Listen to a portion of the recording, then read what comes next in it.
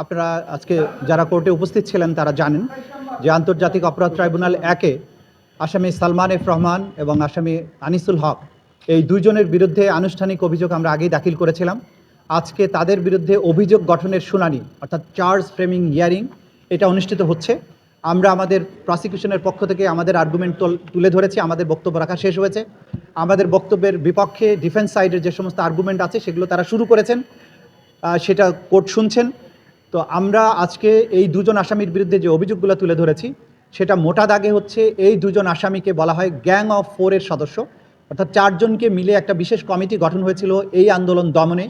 জুলাই আগস্টে ছাত্র জনতার অভ্যুত্থান চলাকালীন সময়ে নিরস্ত্র সিভিলিয়ান পপুলেশনকে হত্যা করা, তাদেরকে দমন করা এবং তাদেরকে সাইলেন্ট করে দেওয়ার জন্য চারজন ব্যক্তিকে দায়িত্ব দেওয়া হয়েছিল। তার মধ্যে সালমান এফ রহমান, আনিসুল হক, মোহাম্মদ আলী আরাফাত এবং স্বরাষ্ট্রমন্ত্রী আসাদুজ্জামান খান কামাল, এই চারজনে যাদেরকে গ্যাং অফ 4 নামে ডাকা হতো, তারা পরিকল্পনা করেছেন যে কিভাবে এই আন্দোলন দমনে কোথায় কিভাবে অপারেশন হবে, কি অস্ত্র ব্যবহার হবে, কিভাবে হত্যা করা হবে, কাদের বিরুদ্ধে মিথ্যা মামলা দায়ের করা হবে এবং কিভাবে তাদেরকে জেলে রাখা হবে, রিমান্ডে নেওয়া হবে। এই সব কিছুর পরিকল্পনা এই দুজন আসামির মধ্যে তারা করেছেন।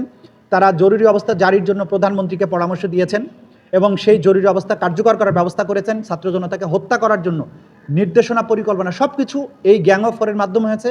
স্পেশালি এই দুজন আসামি করেছেন।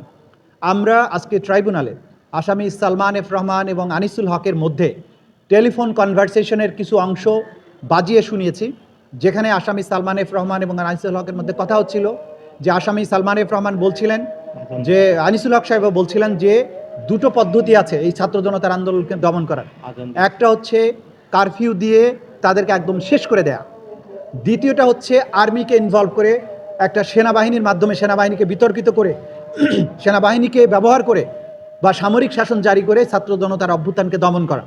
এই পরিকল্পনা তারা একইভাবে প্রধানমন্ত্রীকে দিয়েছেন। এই পরিকল্পনা অনুযায়ী 14 দলের বৈঠকে সেখানে কারফিউ জারির সিদ্ধান্ত হয়েছে এবং কারফিউ কার্যকর করার ব্যাপারে বিস্তারিত পরিকল্পনা তাদের কমান্ডে যে হয়েছে, তাদের নিজস্ব টেলিফোন কনভারসেশনের মাধ্যমে এটা প্রমাণিত হয়েছে। আমরা তাদের বিরুদ্ধে 5টি অভিযোগ গঠনের জন্য প্রেয়ার করেছি। আদালত সব কিছু দেখেছেন, শুনেছেন। আমরা আশা করছি ডিফেন্স সাইডের শুনানি শেষে এই আসামিগণের বিরুদ্ধে আনুষ্ঠানিক অভিযোগ গঠন হবে এবং এরপরে আনুষ্ঠানিক বিচারের যাত্রা শুরু হবে। আপনি সালমান এফ রহমান শেখ হাসিনাকে ফোন করে চাপ প্রয়োগ করেছিলেন, ফোন দিয়ে কী বলেছিলেন, তাদের কী কন্ট্যাক্ট ছিল? আমরা সবগুলো ম্যাটেরিয়ালস আপনাদের সামনে এই মুহূর্তে বলছি না। যেটা আমরা আজকে বাজিয়ে শুনেছি সেটা আমরা বলছি যে আনিসুল হক সাহেব সালমান এফ রহমানের সাথে আলোচনা করছিলেন যে কিভাবে বিক্ষোভ এবং আন্দোলনকে দমন করা যাবে। তো সালমান এফ রহমানের প্রশ্নের জবাবে আনিসুল হক সাহেব বলছিলেন যে দুটো পদ্ধতি, একটা হচ্ছে সর্বোচ্চ বল প্রয়োগের মাধ্যমে এদেরকে শেষ করে দেয়া, শব্দটা ছিল শেষ করে দেয়া, আর দ্বিতীয়টা হচ্ছে যে আর্মিকে ইনভলভ করা, অর্থাৎ সামরিক শাসন জারি করার মাধ্যমে সেনাবাহিনীর হাতে বন্দুক তুলে দিয়ে ছাত্র জনতাকে শেষ করা। এর বাইরে তিনি পরামর্শ দিয়েছিলেন শেখ হাসিনাকে জরুরি অবস্থা এবং কারফিউ জারি করার জন্য এবং অন্যান্য মারণাস্ত্র ব্যবহার করে অল আউট যে এই ছাত্র জনতাকে হত্যা করা।